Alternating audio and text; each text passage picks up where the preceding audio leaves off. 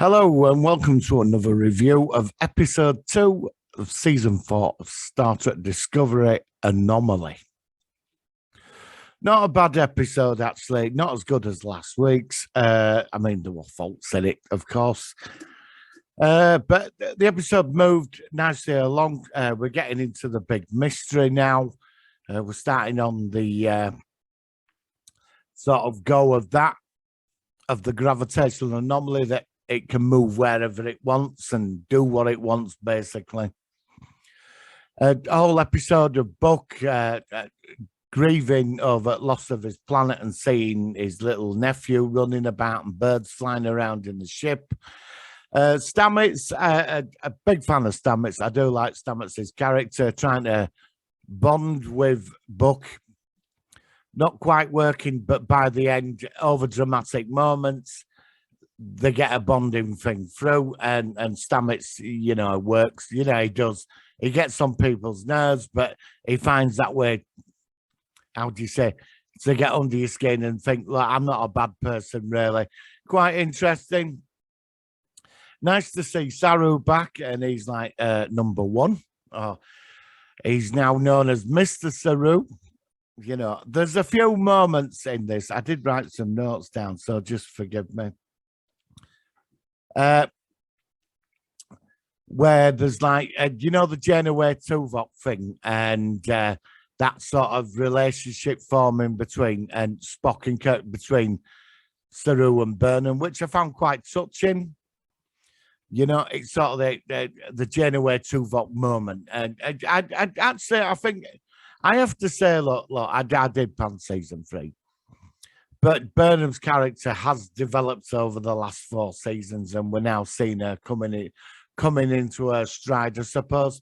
She's going to be challenged this season by being a captain. She's going to get the moment that will define her, captaincy. There's something that's going to shake her confidence. That's coming up in next few episodes. It's going to be big, but she'll get through and she'll persevere. It should be interesting. We saw Ferengi. Didn't say anything. He just stood there. I was a bit annoyed about that. I thought he'd say a bit more. But you got a meeting with the president and admirals and all that, and there was a Ferengi there. Looks a bit different. Well, yeah, I'm not going to complain about anything or go like into stuff. Just see it for what it was.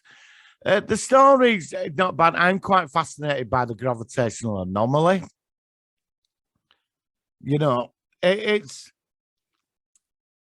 mention of, there's a mention of Picard, the officer who's the Trill, who sees one of the hosts. She's now going to get a synthetic body. And Picard is mentioned in the past about how he transferred, his comes from last series, Picard. That sort of mention, which I found quite interesting, keeping in touch with canon, But a lot of people didn't. Apparently, it wasn't successful. Dr. Stone was mentioned. So they're like the little points of this episode. But the episode moves at a nice pace. I like Tilly. She's like finding a way about the ship. The characters are coming into it a bit more now. A lot more. You've seen a lot more of the crew. But the whole thing of the gravitational anomaly, I'd like to see somebody behind this. I don't want what we got last season, I'd like to see some malevolent force behind this now. It would be interesting that there's something in there controlling this. Maybe, it could be a theory. It might be Discovery crew might have created it, because they time travel from the past and they've affected the timeline in the future. Maybe they brought it with them. Yeah, you don't know, do you? That would be interesting. But then then how would they get out of that? But obviously, we're only episodes. So when Discovery's like, we don't start getting answers. So 3 or 4 episodes down the line, we start getting a picture. But a lot of crew bonding this episode, which, it's okay. It's part of Discovery. There is a scene that, sometimes it does get a bit tight with the over dramatic, melodramatic music in an action scene. The thing with Buck, I like Buck's character. You know, when he's stuck in the gravitational anomaly and you know, and Stamets is trying to convince him that they're going to use some gravitational wave to get him out because they've got all the carts send the information back.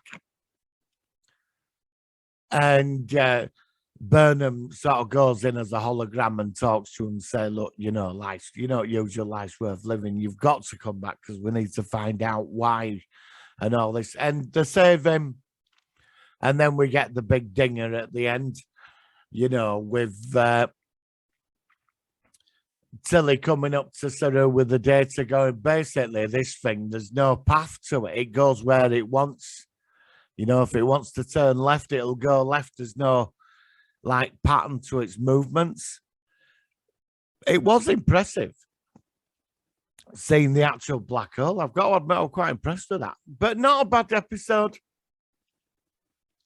I found last week there was a lot going on. It was quite an enjoyable episode. Last week was quite fast-paced. It was there, but it wasn't as fast as last week's. I thought Discovery were on right track last week, but this week it's all right. I'm going to give it 80%. Well, all right, 8% out of 10. So it's not a bad episode, and I have to say it's quite high for this week's episode.